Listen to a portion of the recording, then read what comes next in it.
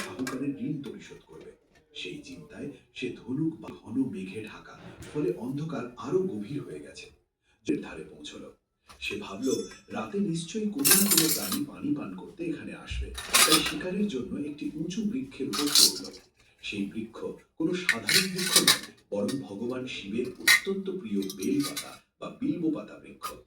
গুরুদ্রোহ জানত না যে এই বেলের মূলের কাছে ঘন ঝোপে একটি সিদ্ধ শিবলিঙ্গ স্থাপন করা আছে। বৃক্ষের ডালে বসে সে একটি মোটা ডাল বেছে নিল, আরামদায়কভাবে বসার জন্য এবং শিকার স্পষ্টভাবে দেখার জন্য। কিছু ডাল ভেঙে ফেলে যেখানে অনেক কোমল বেল পাতা ছিল, সে সেসব ডাল ও পাতা নিচে ফেলে দিল। সেগুলো অবচেতনভাবেই শিবলিঙ্গে পড়ল। গুরুদ্রোহ এই ঘটনার ব্যাপারে একেবারেই অনভিজ্ঞ, কিন্তু এই অজান্তে কাজের ফলে তার শিবরাত্রি রাতের প্রথম প্রহার সম্পন্ন হলো। ভগবান শিবের লীলা অসীম, তারা অনুভূতির নয়, কর্মের জন্য ক্ষুধার্ত। কিছুক্ষণ পরে গুরুগ্রহ পুরো মনোযোগ দিয়ে ধনুকের তীর মারতে থাকে। ধনু শিবকে অপেক্ষা করছিল। তখন পুকুরের ধারে সে কিছু আন্দোলন অনুভব করে, আমাকে এখন ছেড়ে দাও।